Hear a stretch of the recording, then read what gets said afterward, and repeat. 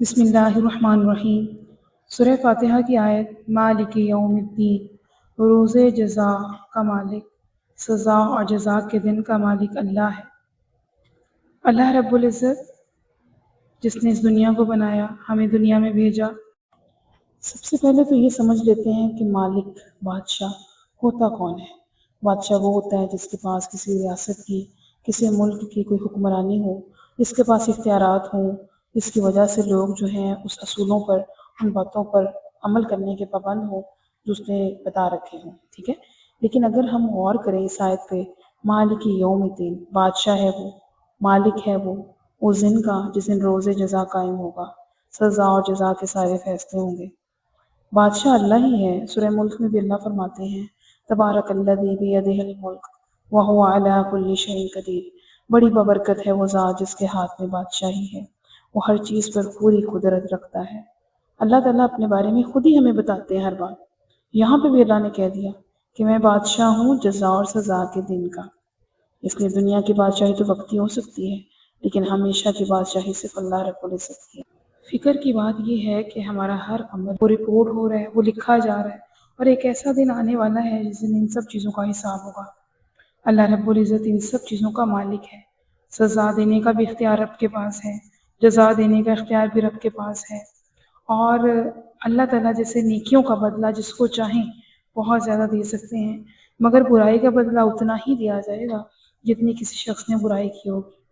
ایک کے جرم کی سزا اللہ کے قانون میں کسی دوسرے کو نہیں دی جا سکتی، یعنی ایسا نہیں ہو سکتا کہ مجرم کوئی اور ہو، سزا کسی اور کو ملے۔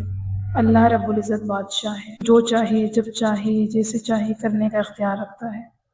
اللہ رب العزت کی ذات جو ہے وہ اتنی پیاری ہے، اس کا رحم ہے، اس کا کہ وہ ہمیں کسی بھی عمل سے پہلے اس کے اچھے اور برے اللہ رب العزت نے اس قرآن پاک میں بتا دیے، پھر ہمیں اختیار دے دیا، ہمیں قوت ارادہ اور قوت تمیز دے دی، اتنی پیاری نعمتیں ہمارے ارد گرد بکھیر دی، اور بولا کہ اب عمل کرو۔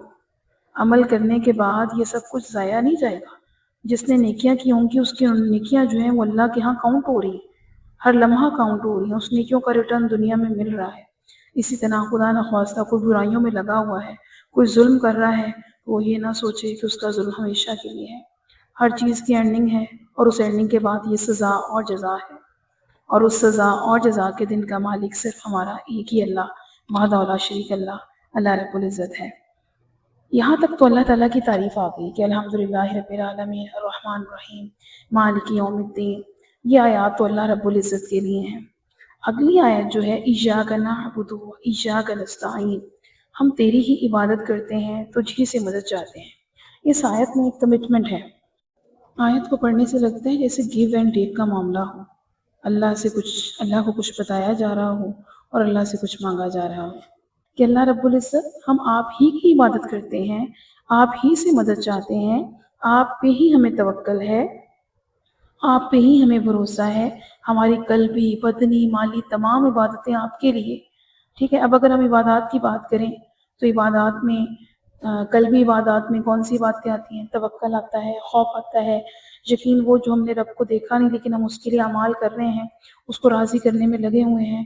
اسی طرح خوف ہو گیا، محبت ہو گئی، اور خشوع و خضوع، یہ وہ عبادتیں ہیں جو نظر نہیں آتی، ٹھیک ہے، لیکن اللہ رب العزت کے ساتھ ایک کمٹمنٹ ہم کر رہے ہیں کہ ہم آپ کی عبادت کرتے ہیں۔ پھر بھروسہ جو ہے وہ صرف اللہ ہی پر کرنا چاہیے، ٹھیک ہے۔ پھر اگر ہم بات کریں بدنی عبادات کی تو وہ جسمانی عبادات ہیں، مثلا نماز پڑھنا، نوافل کی ادائیگی کرنا، روزہ رکھنا، حج کے لیے جانا، عمرہ کرنا، یہ ساری وہ عبادات ہیں جو ہم نظر آتی ہیں اور ہم اپنے بدن سے کرتے ہیں، جسم کو استعمال کرتے ہیں ان عبادات میں۔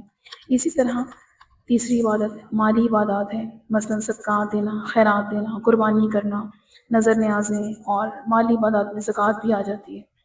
اگر اللہ رب العزت کے علاوہ ان کاموں میں سے کوئی بھی کام ایسا ہے جو اللہ کے سوا کسی اور کے لیے ان کاموں میں سے کوئی بھی کام کیا جائے گا، یا اللہ کے سوا کسی اور کو بھی اس چیز میں شریک بنا لیا جائے، تو وہاں پہ آ کے یہ آیت جو ہے پھر وہ مائنس ہو جاتی ہے۔ پھر اللہ تعالیٰ کے ساتھ جو ہم کمٹمنٹ کر رہے ہیں وہ رانگ کنسیڈر ہوگی، کیونکہ یہاں ہم کیا کہہ رہے ہیں؟ ہم آپ ہی کی عبادت کرتے ہیں، ہم آپ ہی سے مدد چاہتے ہیں، ٹھیک ہے۔